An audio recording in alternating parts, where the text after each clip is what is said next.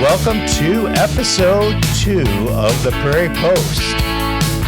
I'm TJ Brown, and I'm here, as always, with Seth Cohen. And we have our special guest from Vernon Township Republicans is Jay Swidler. And I've known Jay for quite some time, since he took over VTR a couple years ago.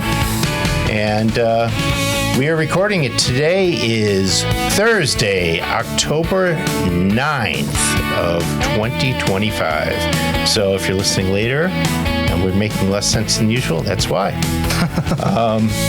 Seth, of course, is a former candidate for Congress in the 9th Congressional District. He's also a Marine. And I'm the Northfield Township Republican Committeeman. Jay's the Vernon Township Republican Chairman. I'm going to make a disclaimer that my opinions are not that of the entire organization, of course. I'm sure Jay, it would almost go without saying, too, because there's a lot of diversity of thought in VTRO. Can I say that for you, Jay? In VTR, yeah. Yeah, VTR. I'm sorry. It's okay. We used to be. It's okay. Seth, do you want to take it away from here? Yeah, I definitely will, and I'll add on to the disclaimer, as I did in the first episode.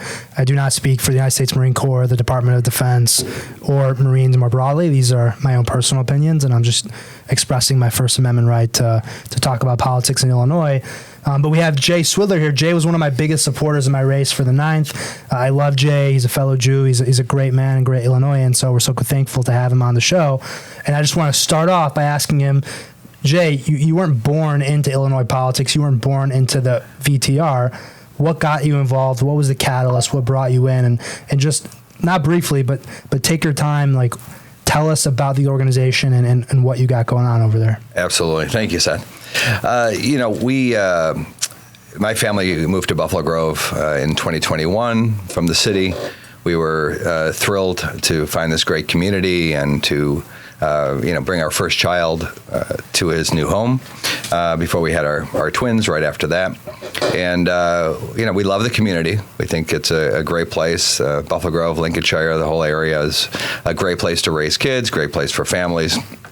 And I had always been interested in politics, but more on like a federal level. I think like most people where you see the presidency, the Senate, the House. I always knew more about politics because when I was 23 or 24 after I graduated college, I said something to my brother and he said to me, "Where'd you get that from?" And I was like, "I don't know." And he's like, "You need to start listening to Rush Limbaugh." And I'm like, okay, where do I find that? So I started listening to Rush Limbaugh. So, I listened to him for 30 years before he passed. And so that's where I got, the background and knowledge about, politics on a federal level. So I really never gave much thought to state level politics. I always saw what was going on and, I was certainly displeased with some of the actions, pleased with other actions. So, Illinois was a great place. It was a great state, great place to raise family, great place to live. It really didn't matter a lot if it was a Republican or Democrat, I felt like at the time. Again, I wasn't steeped in it, so I'm sure there were things going on. But I just loved the state. I thought it was a great place to be, central in the country, by O'Hare. I mean, really, you can go down the list of how great, the different things are about it. As I started getting older with the family and seeing some of the things that were going on in schools I wasn't so thrilled with. And I just, you wonder how we got there, how that decision got made to start presenting, this to that child at that age or whatever.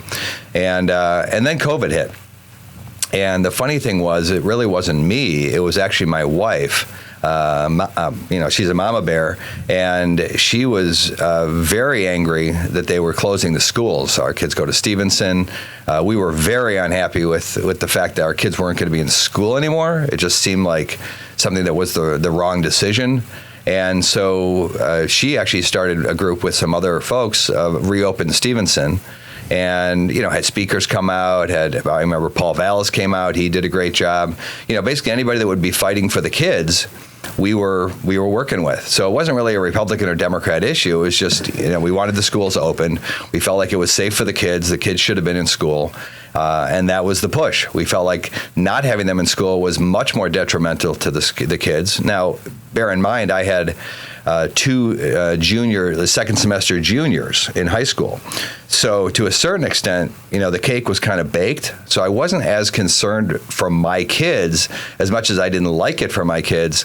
I really was concerned for people who are coming into high school, people that are freshmen. I mean, younger kids, having to put masks on, 4-year-olds. My wife had been a preschool teacher. She was not at the time, but having to put masks on these kids at 3-4 years old, there was so much wrong with it. And so much heavy-handed government that there had to be pushback, and that's what we were trying to do. Now, did we get anywhere with it? No, it was really an uphill challenge because between the school boards and the school board unions and the teachers and stuff like that, these are the areas that you are fighting against, and the principals just and the superintendents just don't seem to have much interest in changing that. We started getting involved with politics with a couple school board members, which is a great place to start. And there were some people that were running. There were 3 people on they were running together on a slate. And of course, right away, one of the people started getting attacked. So he dropped out. So next thing you know, we're picking up signs at someone's house, and we're taping over the third name because the signs were already made. So this is how the stuff goes. I mean, you got to understand, this is as grassroots as it comes. And so we started, you weren't knocking on doors because it was COVID. But, we were hanging door hangers, we were communicating to people, we were trying to fundraise, to do the different things for the 2 candidates, and they were great candidates. I had some disagreement with the approach in terms of policy because we felt like there were some other areas. It hadn't really started in our area to start getting into the social issues, so it was more of a fiscal discussion, and I think that just ends up in our area, it doesn't work real well. I'm not sure exactly why. I've got some ideas, but it doesn't work very well. And the social issues were really coming on, and we knew how big they were going to be and how important it was going to be. And they just didn't want to touch it. And I get it. If you're not familiar with it, comfortable with it, whatever else, then you don't. And people were still just finding out about this. Remember, a lot of people in Republican politics are older. They don't have kids in the system, and so they don't necessarily know. They didn't see all this stuff happening while it was happening. While my kids were on Zoom, and I was listening to some of the classes, and I'm hearing about George Floyd, the Honorable George Floyd, and how this happened and that happened, and it was very weird that this was going on in the classes during Zoom. So it just didn't fit because it wasn't even like a certain class that it might be appropriate. It was really like all the classes. So we just had enough, and so that's really where our local politics started coming into play, and we. Then there was another step in between. So, I mean, this is all 2020, 2021, and I think this stuff is still carrying out now. Yeah. You mentioned a couple things, in Vernon Township borders us here in Northfield Township. I'm very familiar with the area. I grew up in Libertyville, went to Carmel High School. Stevenson High School is an elite high school. Glenbrook North and Glenbrook South are elite high schools. New Trier, which Northfield Township people go there because my son goes there. That's an elite high school. People get very protective of our school, saying they add to our home values, and they do. People do seek out Stevenson or Libertyville or Highland Park or New Trier or Glenbrook North, but I think that people are beginning to see after the COVID thing and after the way the boards handled things. I'm hoping they're paying attention to the fiscal part of it too, that we're paying how much, and maybe some of the inputs that are giving these students these excellent opportunities have to do with the environment that in which they're raised and in which these schools are situated. That you're going to necessarily have a better network if you're growing up in Lincolnshire or Libertyville or Wilmette. where students find more opportunities and have more doors open to them to go to four-year colleges because that's the standard than if you're looking at Eisenhower High School or Morton East. So I think that the fiscal thing, especially as property taxes really begin to balloon, we might start seeing some pushback on that. Didn't they just say that who's raising new taxes, city of Chicago or Illinois to pay for this stuff? But I remember recently that Illinois is raising taxes. Well, they're raising taxes everywhere. I do know that there's a bill, and Brian Costin from Americans for Prosperity, he wrote the column on it a couple days ago in the Chicago Tribune. There's a bill being sponsored, and the people sponsoring are Mary Beth Canty, Nicole Grassi, Ann Gillespie. They're all Northwest suburban lawmakers. They also their districts are near or cover where the old Arlington Park, the future Bears Stadium is.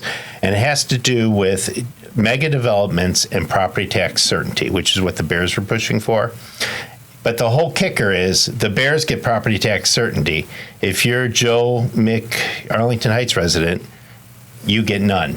And we're seeing that more and more, that residences and industrial properties, the workplaces for our residents, they're getting their equity eroded, and they're getting huge tax bills.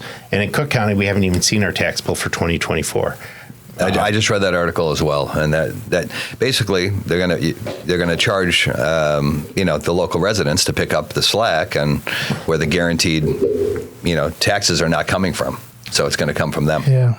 So in Stevenson, we discovered during the process that in December, there's some trick that they pull that you have 2 weeks to object, and if you don't object in 2 weeks and get signatures or whatever the case is, then there's another increase in taxes. It's like they're automated increases. So there's so much of this scam going on behind the scenes that nobody pays attention to because it's just so in the weeds. Have you been to school board meetings for Stevenson? We did. We actually, during that time, we were going to those meetings. Here's what strikes me, and maybe Stevenson's different, but I see a lot of backslapping and self-congratulatory during a lot of it. I mean, I'm going to go so far as to say the Cubs play the Brewers tonight. If the Brewers are victorious, there'll be less self-congratulation in their locker room.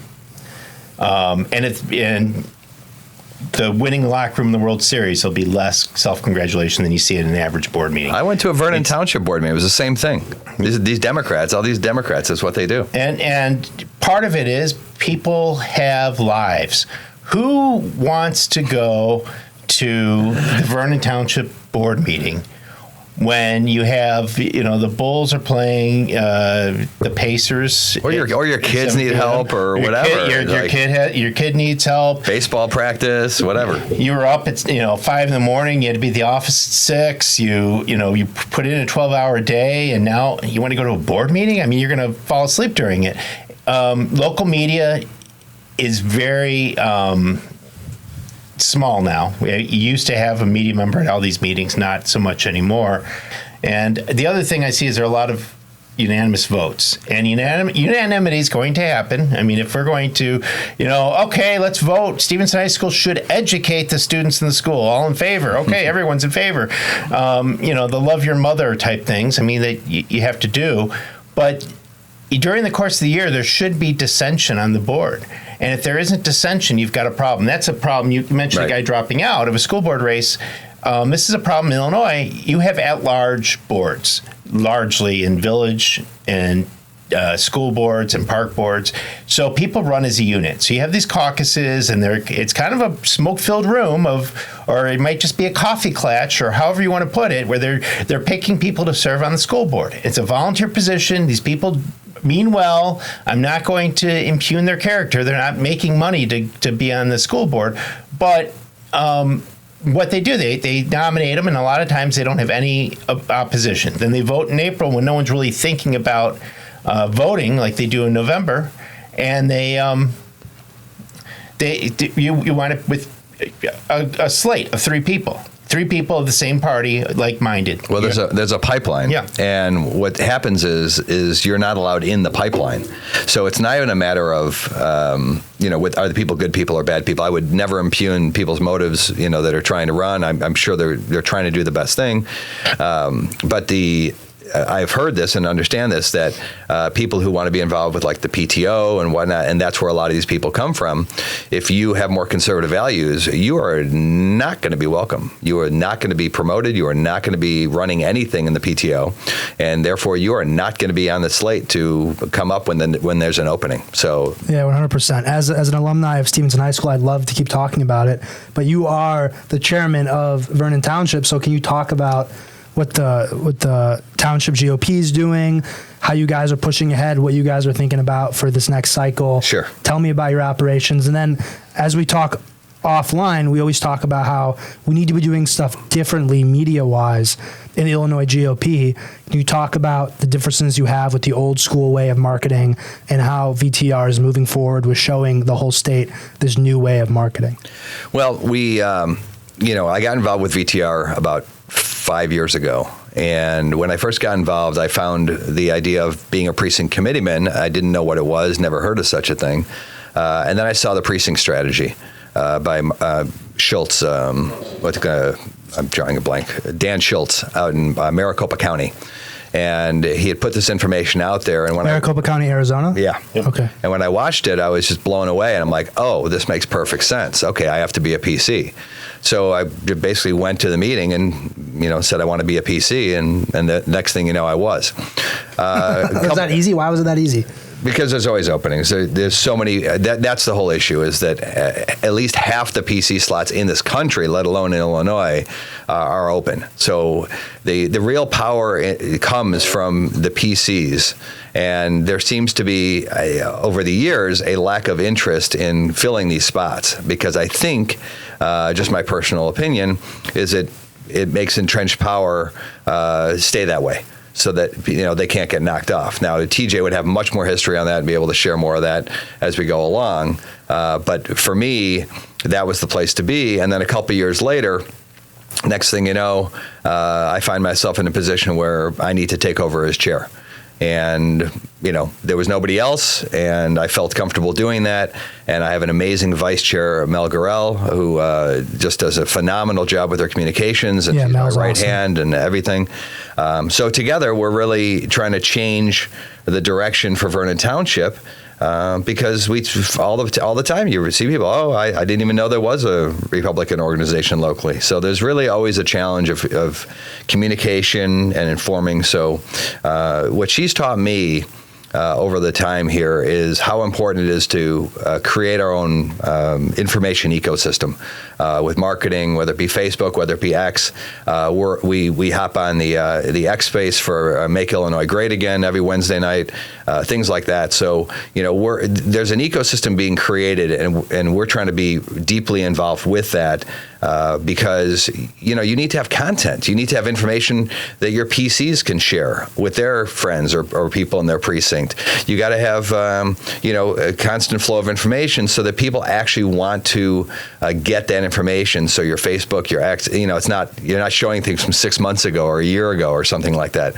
Whether it be a podcast, whether it be Facebook Live, whether it be X Space or whatever, you have information. You have ways for people to learn about you. And then, if something's interesting enough, and if we create the ecosystem, which I think what you guys are doing is great here, is it becomes shareable and gets shared more widely, and then you have the crossover. And that's why I think it's so great that these things exist, that you guys are starting this, because I just think that we need a lot more of this. Because the problem that we saw with candidates in particular is, candidates come in, like Seth, you came in, you're running, and you say, hey, I'm Seth, and we say, oh, we like this Seth guy, and so we're like, okay, we're going to promote him, we're going to market him to our people, and the question is, how are you going to do that?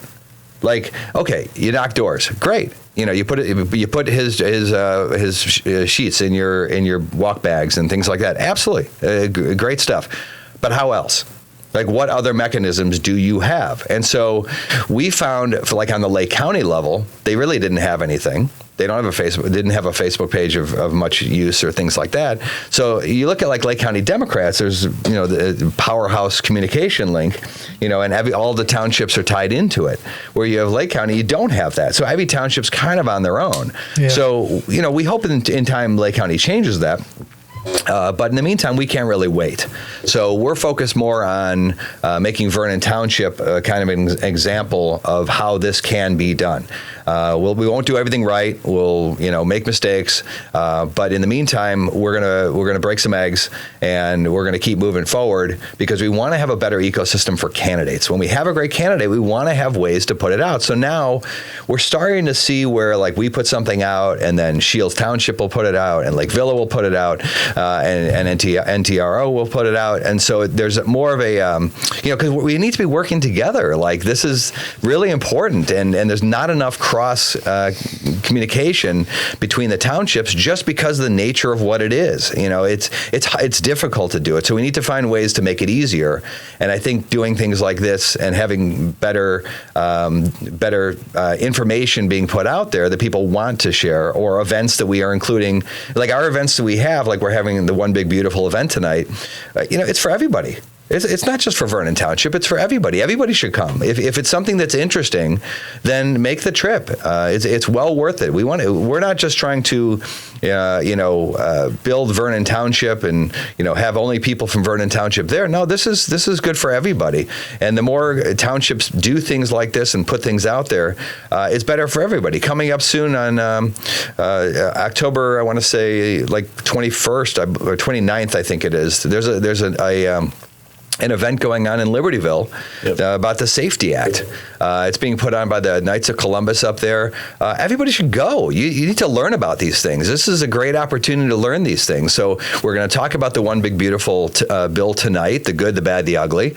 We're going to be talking, go to the Safety Act and learn about the Safety Act from a judge who is able to explain exactly how it works. So get the information from these places. But I think the townships have to be and the counties have to be putting this information out there in these kinds of forums, and people should take advantage of it. So, Jay, as you're talking about you getting involved in what VTR has been doing the last couple of years, I want as many people to get involved with them. They can get involved with me at northfieldgop.org. Get involved with your local GOP. Become a precinct committeeman if you live outside of Cook County. You have time. You have to get about a dozen signatures to get on the ballot, and there are vacancies everywhere. So you are probably in. You become part of the Republican Party as an official. But how does someone who wants to start attending your events or just being plugged into all the things that you guys are doing, where can they go? Best way is probably go to either our Facebook page, Vernon Township Republicans, or you can go to our X page, which is also Vernon Township Republicans, or vernongop.win, and that has all of our events and activities going on and where we cover and all the other information you might want to know. So go check that out. Well, I think that it's interesting, too. I mean, Lake County doesn't work together. We were just talking last week. Cook County does not. Cook County's huge. Lake County isn't as large geographically or in population, but it's still a county of about 1 million people, and it's probably the most diverse county. Maybe Cook is more diverse, but Lake County, a lot of people say, is a microcosm of Illinois with rural, agricultural, exurban, suburban, and then Waukegan, North Chicago, and Zion are kind of their own region. I mean, yes, there's suburbs of Chicago, but they have a downtown. They have urban problems that you see in the city. They have a poverty that you don't see in other parts of Lake County. And further, I think what we have interesting is, like, Jay and I have to work together with overlapping districts, such as the 10th District, the 9th Congressional District. 57th District is a big one. The 29th State Senate District. So we have to work together on that kind of stuff, that the boundaries are kind of arbitrary. What we see in the Illinois Republican Party is everything's decentralized. The counties don't necessarily have the power to centralize, or they have to show the ability to do it before it centralizes.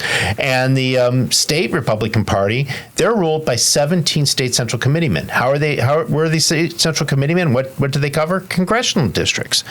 Who draws the congressional district maps? The Democrats. So in essence, our party's top leadership is partly decided by the worst Democratic hacks you can think of. And that's not to say that the people on the state central committee have anything to do with it. They don't. And they don't deserve your ire, or at least most of them don't. Not for that reason. But no, not for that reason. But that's sort of what we have, is that we have these congressional districts that make no sense at all. That, the person serving the 9th is serving an area that's as big. It goes from almost Wrigleyville to Crystal Lake and everywhere in between, and 10th district and so forth. So they don't really have their hand on the pulse. Jay has his hand on Vernon Township, which is at least more of a community of interest. Northfield Township's more of a community of interest. And if we can work together with like townships, the suburban northern Cook County townships and the suburban Lake County townships almost could form one county, that if Republicans could develop a message to appeal to them, they would also probably statewide pick up DuPage County and Southwest Cook and Will County voters too. And if they were to win that again, we've got a totally different ball game, and the Democrats are going to have to think about what they're going to do about downstate, because they're getting clobbered worse and worse every year south of 80. So let me ask both of you, because you guys are both in those leadership positions, starting with Jay, what are your prescriptions to what is going on with Illinois regarding the GOP? What can Kathy Selvey, who runs the party, could be doing? What could the county chairmans be doing, and the individual township GOP chairman?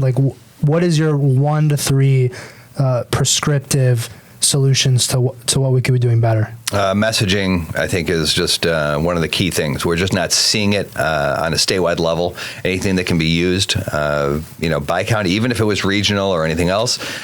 Guys, here's some, great messaging we developed. We think this is, a home run. We think this is going to make a difference. And if you can put this out and make this part of your communication strategy and things like that, and for candidates, I think that's the first thing. Who's at fault? Who's at fault for the messaging problem? I think it's got to be top down. I mean, to be honest with you, we try to do it in Vernon. I mean, that's one of our things that we're working on. And again, Mel does such a phenomenal job with that. But that's what we're trying to do.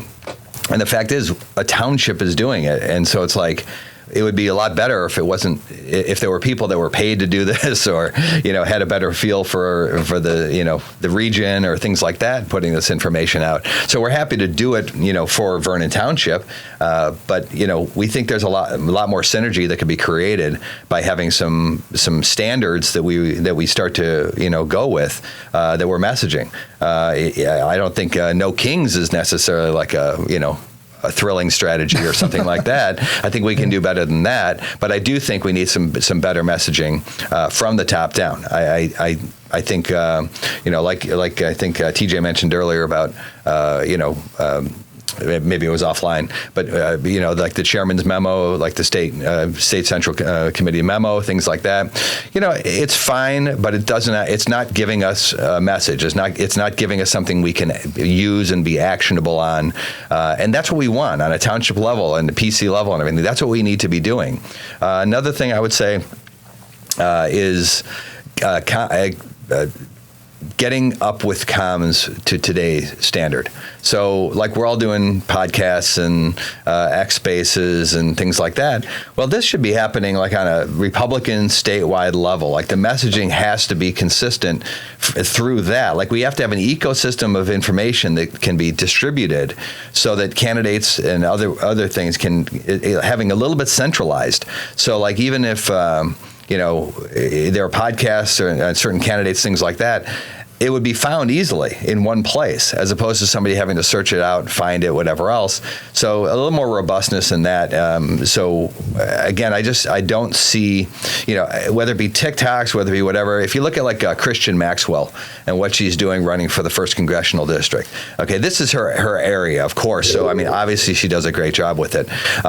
but it's brilliant. Like, it really, like, she's working with, and this is something that we have with every candidate. This is the problem we have with every candidate, is there's not enough money, right? Like, the Republicans don't have a lot of money. Democrats have money coming out of, J.B. Pritzker's rear end. So, we have an issue with that. So you have to have better messaging, and you have to have better ways of putting it out there. And Christian understands this. So the digital marketing campaigns and things like that, that's what has to be done. And so whether they need to hire, whether they need to find someone, I don't know what it is, but it's got to be done, and it can be done statewide, and it just has to be done better. And I think those are the two areas I would really focus on. Well, I think in Christian's case, I have not met her personally other than seeing what she's done online, and it's brilliant.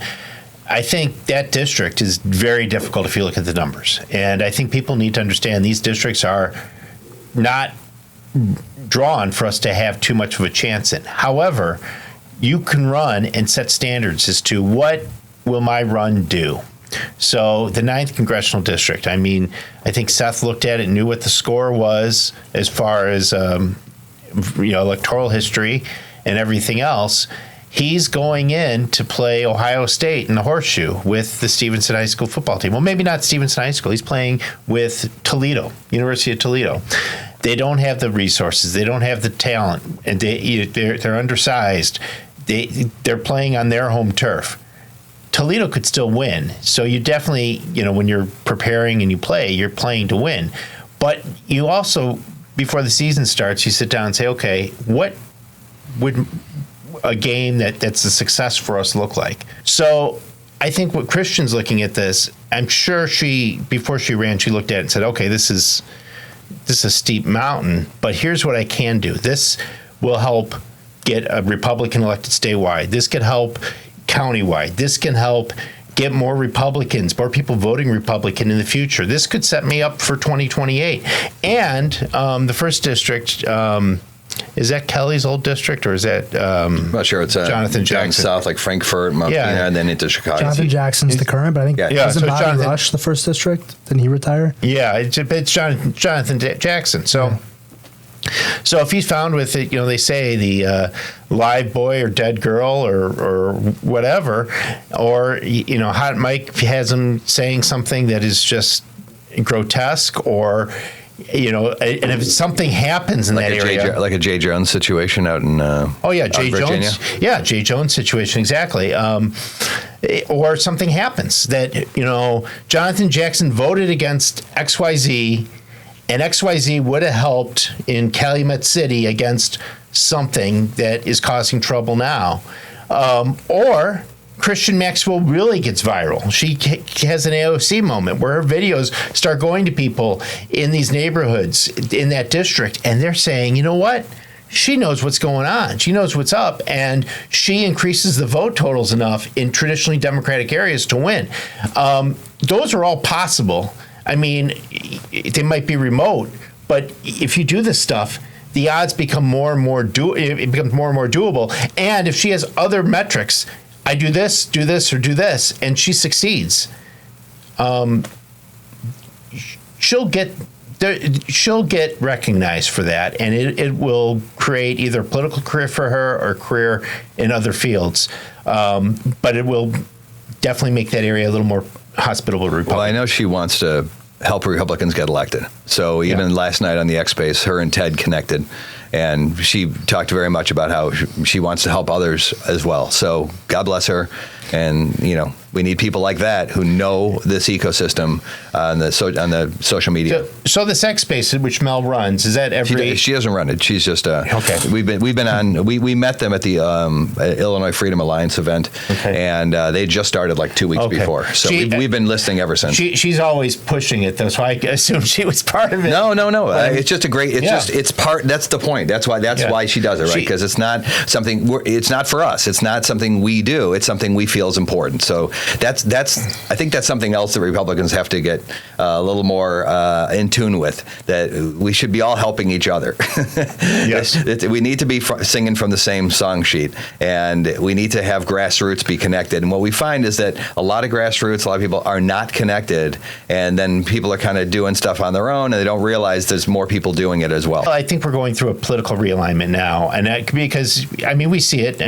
There's a meme going around. There's Marco Rubio whispering in Trump's ear, having to do with the peace talks in Israel, and if this goes through, that should be one of Trump's largest accomplishments. But he's whispering in his ear, and they say, "Oh, that reminds me of Andy Card whispering in Bush's ear," and it was Rubio was whispering in Trump's ear peace, and Card's whispering in Bush's ear on September 11th war, and this is how the Republican Party's changed, and I think what you're seeing is there's a little bit of a realignment. So we're seeing that on the Republican side. I think on the Democratic side, the most unifying principle that they have right now is hatred of Donald Trump. And that's really what's keeping them above water up here in the suburbs. But I think nationally it's not, and giving a national lens, it's not keeping them above water. MSNBC, Steve Kornacki, he's a great political commentator. Not a fan of MSNBC, but he's the best thing on the channel. And he was going over that there are headwinds facing Democrats going into the midterms. Obviously, most midterms, the ruling party loses, especially if they have all three branches of government, which thank God the Republicans do. But they're facing historic dislike from the citizen body. They are not getting the support that they need, and it looks like Trump might actually keep the House in the midterms, which I don't think. When was the last time that happened? Has it ever happened? Should we play it has happened, I believe. Yeah, should we play the clip? Yeah, let's play Steve Kornacki for a little bit.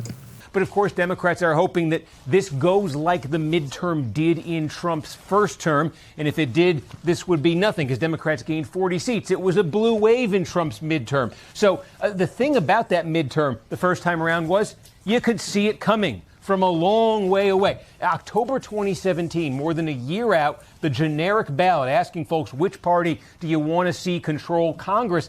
Democrats were leading on average in the generic ballot by nearly 8 points. And this was the level they basically maintained through all of 2018, right up to Election Day, right up to the blue wave when they gained 40 seats and flipped the House. So where is the generic ballot right now?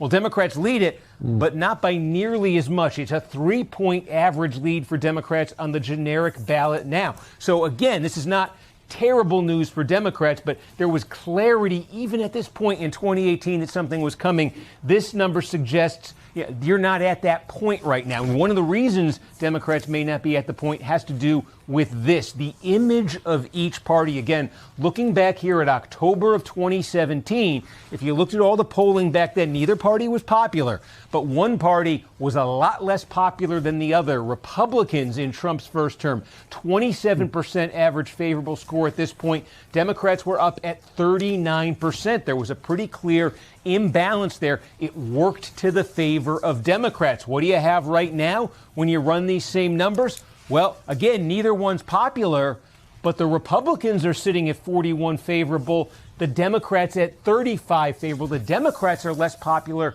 than the Republicans now. And that's one of the things when you look at midterm elections, the opposition party counts on getting a bit of a boost just from being sort of the protest vehicle for anyone who's got issues with the White House.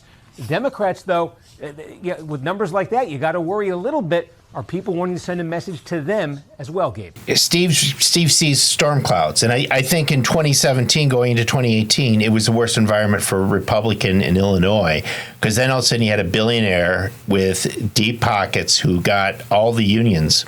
And Russiagate hoax. To support him.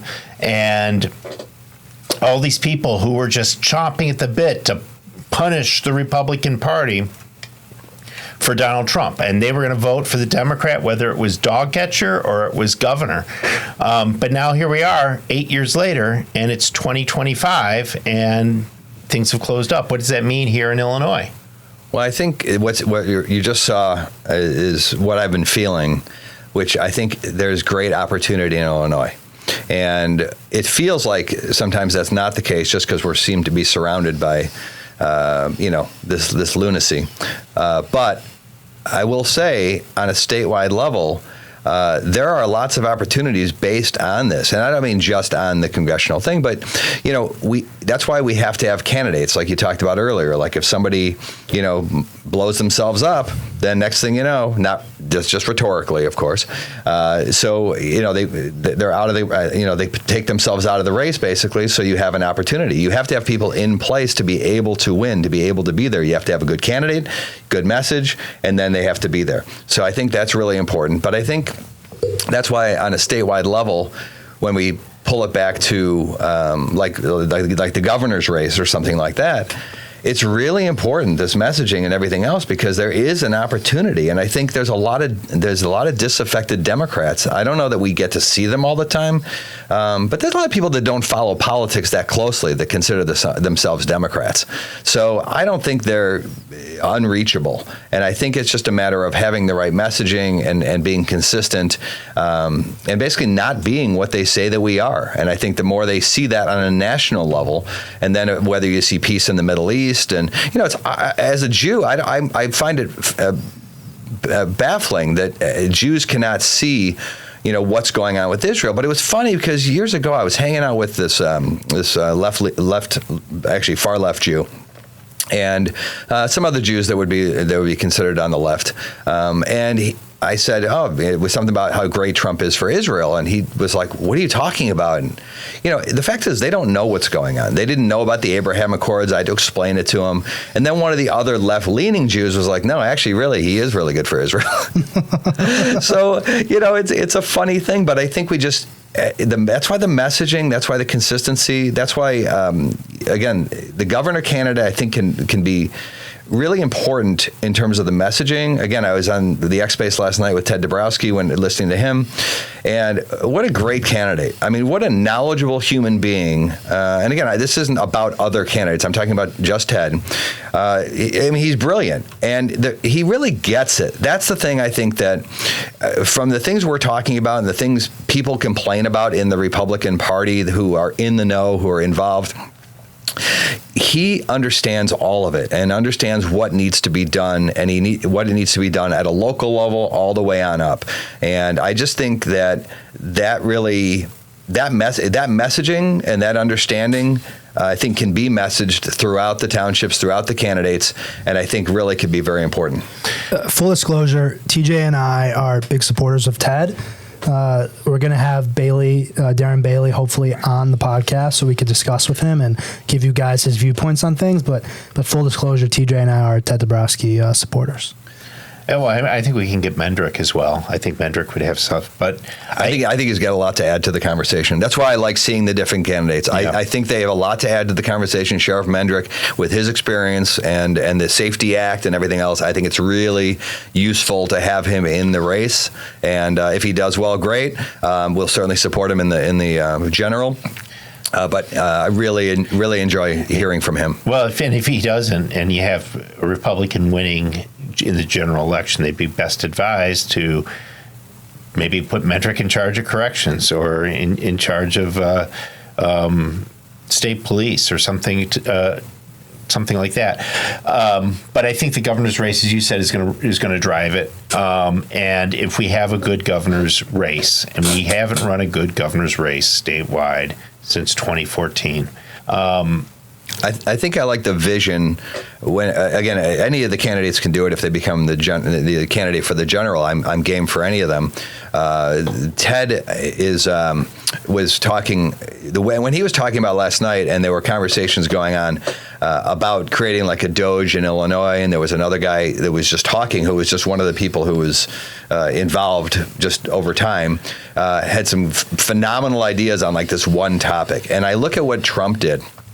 And what an amazing job he did surrounding himself with all these people, whether it be Scott Besson, whether it be Marco Rubio, and just putting them in spots that they could be so successful. The point is, he put people into the environment where they could be successful. And I think if a governor candidate here was messaging that was the direction they were going to go, basically creating a team of the best, the people that understand the pension crisis, the people that understand the school stuff, the people that understand, and the people that understand the way government works. I think that's the thing that can get missed.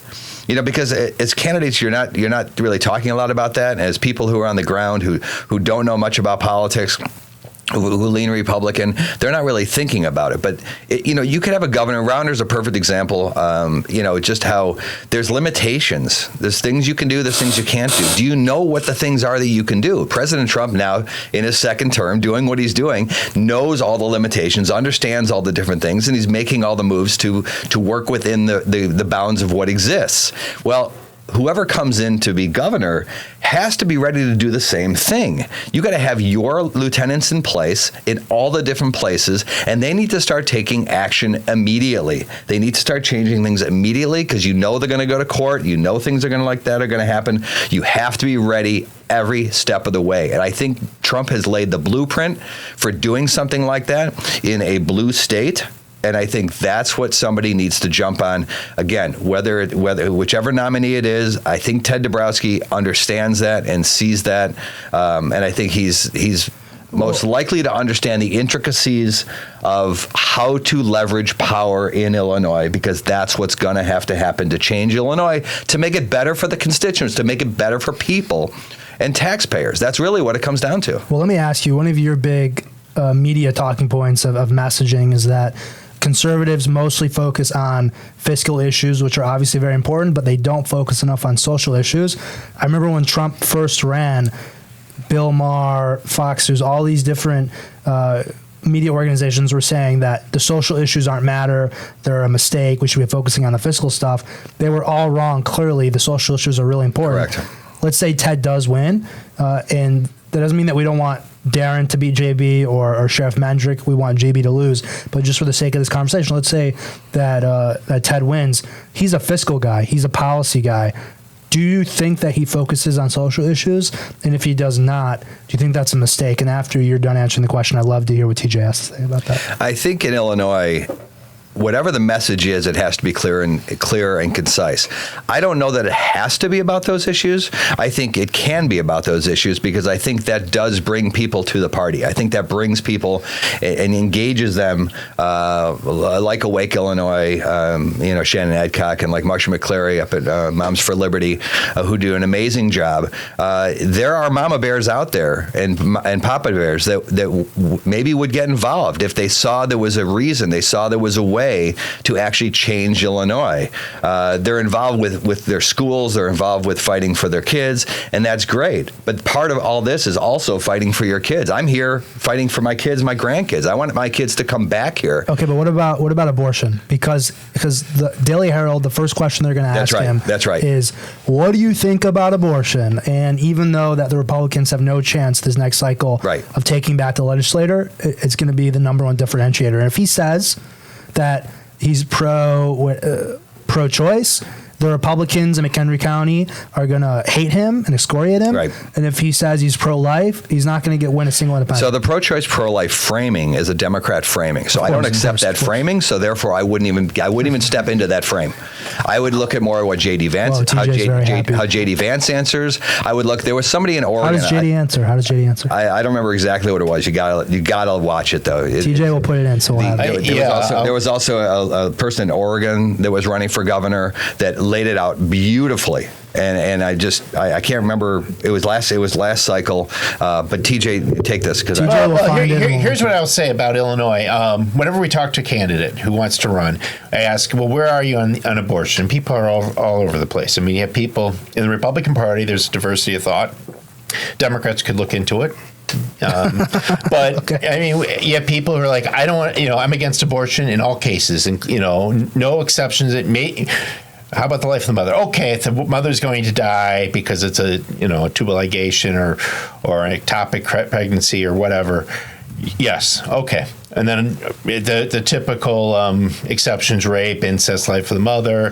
Then you have people saying, well, after with the abortion pill, 10, 12, 14 weeks, 16 weeks, 20 weeks, parental consent. All the different things, a waiting period, being able to see an ultrasound, all these different things, no taxpayer funds for abortion. You have all these things that are in abortion. Right. Before Dobbs, it was pro-choice or pro-life because essentially Roe v. Wade took the bat out of your hands. Abortion was legal up to 20 weeks, and that was that. What Dobbs did was put it back in the hands of the states. So now the people get to have a say. The flip side of it is you get a pro-choice candidate. Are you pro-choice? Yes, but I don't agree with taxpayer money going for it. Or yes, but I think only through the second trimester. Or yes, through the first trimester. You might as well be Randall Terry to the Democrats. Planned Parenthood or Personal PAC will spend more money defeating a pro-choice Republican, a so-called pro-choice Republican, than bothering with a pro-life Republican or beating a pro-life Democrat if they exist anymore. Well, TJ, let's be honest. It doesn't matter really what you say. They're going to use it anyways. Right, 100%. But the fact is, the Personal PAC knows where the bread's buttered, and it's not in our party. And we need to start going back and saying, well, every Democrat is for abortion up to That's right. the 40th week, up to the point the baby is pushing through the birth canal, to get graphic on you. No parental consent. No parental consent. No, I mean, here's the flip side. If there's a teenager, preteen woman who's obviously been raped, you get the abortion, no questions asked. No police investigation. I think the issue is simply the Democrats are extreme and we are rational on the subject. But we got to get every Democrat on record. Where are you on this? Oh, that won't be a problem. They love because the Daily Herald and the Chicago Tribune doesn't care. What restrictions would you put on abortion? See, I would say it's not as important to have them on record with that, because they seem to be on record that just for anything, anytime. So I think painting them with the broad brush, just like they try to do to us, I think is also a way. And their extreme agenda, their extreme abortion agenda, and I think it needs to be framed like that from the Republican side consistently all the time. I think the Republicans have been afraid to touch the topic, and I think it needs to be touched from that frame, not from their frame. I will not accept. I will not accept pro-choice or pro-life. I will accept only what I believe. I agree with Jay more than I disagree with him. I think that you have to frame them as extreme. And one way to frame them as extreme, they will say, well, what exceptions do you want? And then they give you these hypotheticals. And you're like, what? I told you where I stand on it. And then you start talking about hypotheticals. And you're like, I can't play this hypothetical game all day. But I agree with you. We need to say they're extreme, period. End of story. And then let them try to dig out and say how they're not extreme, where we have varying, nuanced opinions on abortion. And we do not have a monolith opinion on that for sure. So it's Thursday, October 9th. We're heading into the weekend, and then we have all of next week. A lot of big things are happening next week in 60 to 90 seconds. Jay, what are you looking for? Illinois politics, national politics, just events that are going on. What are you looking for in the next 7 days? What do you think about what's going on statewide? I'll say federally, I think the shutdown, no one's real. I mean, we've talked about it and so forth. I traveled last weekend. I went to Scottsdale for a few days and came back. TSA lines were fine. There were no delays at the airport, nothing noticeable anywhere. I didn't go to any federal facilities. But actually, I have somebody right now out in Utah at Utah National Park, and he says while the shutdown is there, they haven't had any issue whatsoever. Right, but I think at some point, and I've read that this weekend you may start seeing stuff at airports, you may start seeing stuff at federal facilities. And by the way, we have people, National Guard members and federal officials who are working in Chicago right now on the ICE operation. Who will start to not get paid for a while. And it's going to be interesting what happens, how long this shutdown goes, and at what point is there a backlash? Is it going to hurt the Democrats, or is it going to hurt the Republicans, or is someone going to play chicken with this over the weekend and lose and say, okay, we fold? Well, the Democrats keep voting no. And the Republicans have voted yes to continuing the current Biden-era spending that was also extended 6 months ago. So the Republicans are saying yes for 7 more weeks because they want to create the 12 different budget proposals that they're supposed to do, and then pass those. And the Democrats keep saying no, no, no, because we want to add $1.5 trillion in spending and all these different illegal spending options and things like that for Medicare, Medicaid, and things like that. So I don't see anything changing. I think Russ Vought has to get busy. And I'd like to see what he's going to start cutting, because that's what has to happen. Yeah, the cutting's not going to happen. The Leader Thune and Speaker Johnson told the White House not to do it. So I don't think that's going to happen. And I'll also say that Speaker Johnson was on C-SPAN, and a military spouse railed against him, saying, "You're the Speaker of the House. You got to start voting on this.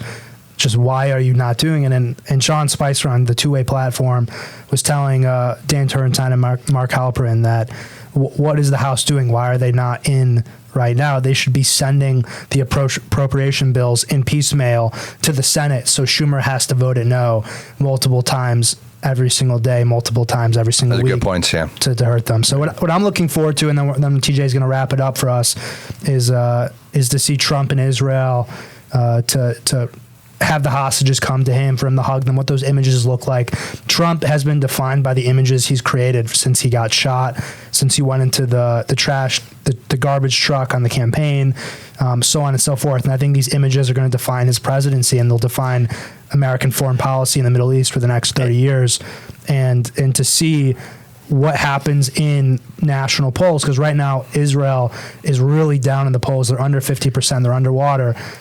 Trump solving this, is that going to increase the polls, and how is that going to increase Republican out? Yeah, I think October 7th, the horrors of that have been kind of forgotten by a lot of people, and the communists that are shilling for the Palestinians, which is what, that People for Solidarity or Socialism Liberation, what they really are.